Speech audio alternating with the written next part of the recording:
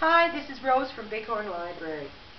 As you know, we had a little crisis here this spring, a flood. We were very lucky. We got off quite lightly. We hardly lost any of the collection, but there was quite a good deal of damage to the space itself. And it was fairly costly and time-consuming. We were closed for several weeks.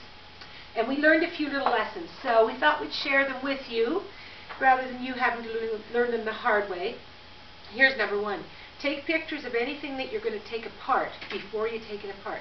Because 6 weeks later, when you go to put it back together again, you won't remember how to do it. We had a heck of a time figuring out our shelving because we hadn't taken pictures before we started.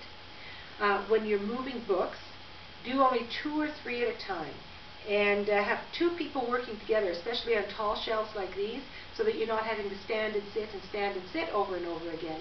And also you want to alternate sides, so that someone's handing you books from this side for a while and then this side for a while. And that helps you to avoid some sort of, Bonnie calls it the librarian pinch, because we all have a little carpal tunnel in our thumbs and in our wrists after we've done this job for a while. So that's a good way to avoid that. Here's an important one. When labeling boxes, keep in mind that W looks just like M if it's upside down, and 6 looks just like 9. And especially after several weeks and after having dozens of workmen through this place, the boxes all got moved around a lot more than we expected them to, and those kinds of differences caused us quite a bit of grief when reshelving all of the books. It's also really helpful and important, and we found this out the hard way, that you have literate people helping you. We hired some people through a temp agency to help us with packing up the books, and it wasn't until several boxes had been packed according to size that we realized, in fact, one of them didn't know how to read. And that caused us a good deal of trouble when we were unpacking as well. So be gentle, but make sure they can read and they understand what they're doing before they start packing. Keep very careful records, because frankly, insurance companies are very particular, and I don't know how much, if they can find an excuse not to pay for something, they're going to take it. So make sure you have careful records that you keep for yourself.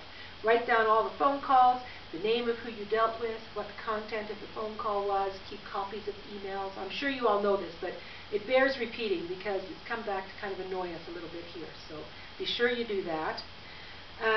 One of the things we lost in the flood, which is irreplaceable, is the mural that we had painted on the wall. And it's very lovely, and it commemorated all of the people who'd worked historically in the library and who helped us build this new library, and it was lost. And when we talked about replacing it, and we're hoping the insurance will give us enough money to do that, one of the people we spoke to at the gallery said he would not do a mural. He said, why don't you, if you've got the funding, get a great big canvas the size of the mural and have something done on canvas, so that should you move or should there be another crisis, you have a chance of saving your art. So I think that's a really good tip to take away from all of this. Go slowly when you're reshelving.